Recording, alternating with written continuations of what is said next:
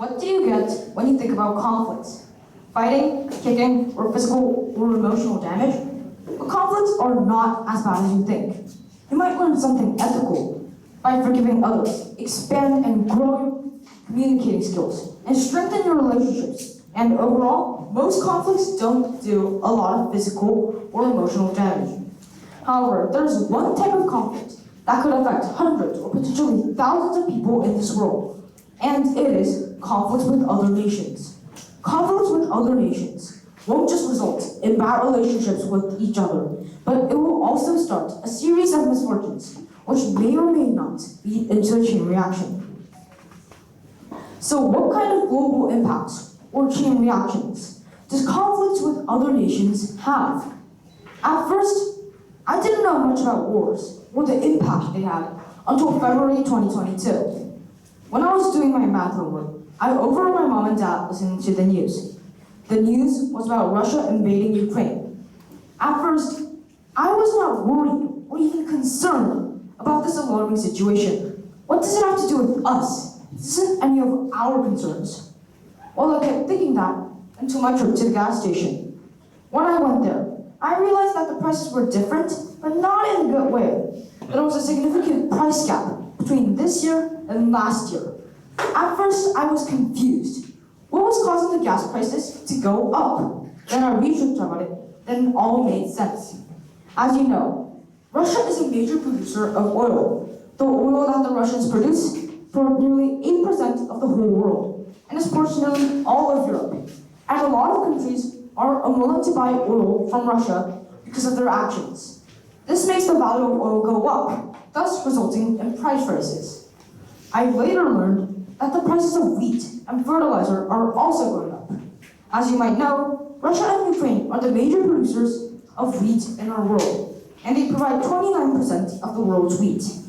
And Russia is also a major producer of fertilizer. So price rises. Is there anything more? Sure. So, after that gas price incident, I was a little bit curious. In what other ways did the Russian and Ukrainian war affect the world? I researched about it on the internet, and it said this. In the website, Russia and Ukrainian war, has the world changed? I was interested in some expert. He said something about other nations learning from the war. For example, China learned that they could use nuclear weapons not only as a weapon, but as a deterrent or a shield as well to prevent other countries from entering the war. For example, if the Chinese were going to invade Taiwan, then the US wouldn't be happy.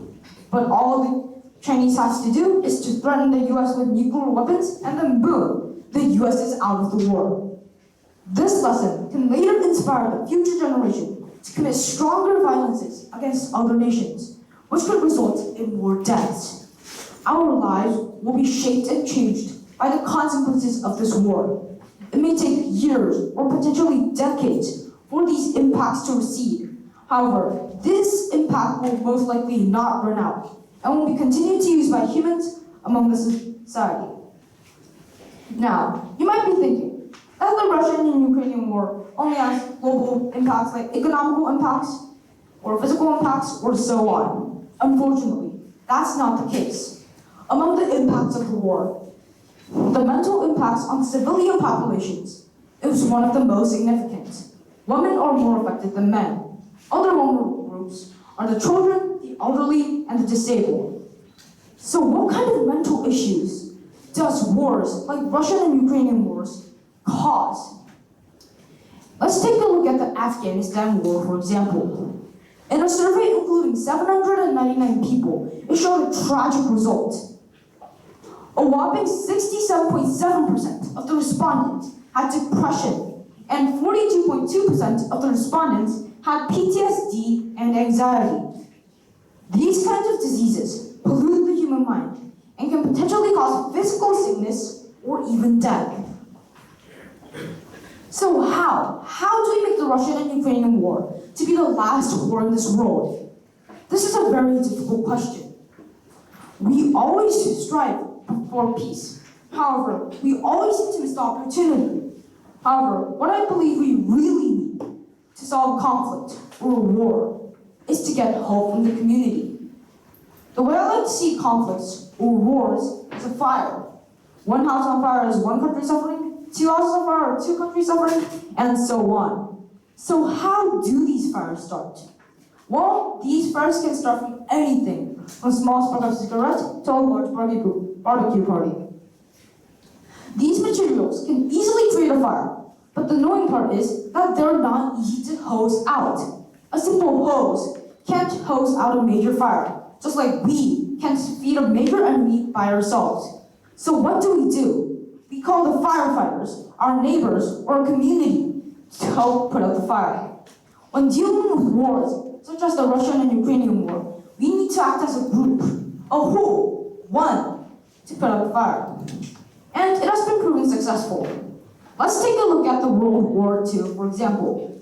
When other countries battling Hitler's powerful and destructive military force were all suffering, when they could trust literally nobody, the Britain, the US, and the European nations get banded together, creating the Allies, stomping out Hitler's powerful and destructive military force, and thus putting out the fire.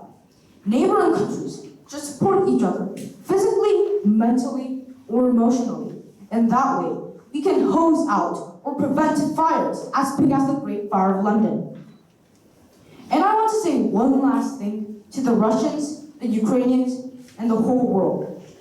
Whenever you are suffering, you don't have to be alone. You don't have to suffer the burden of the fire alone. We are one in planet Earth, and we always will be. We will always work together to put out the fire. Thank you.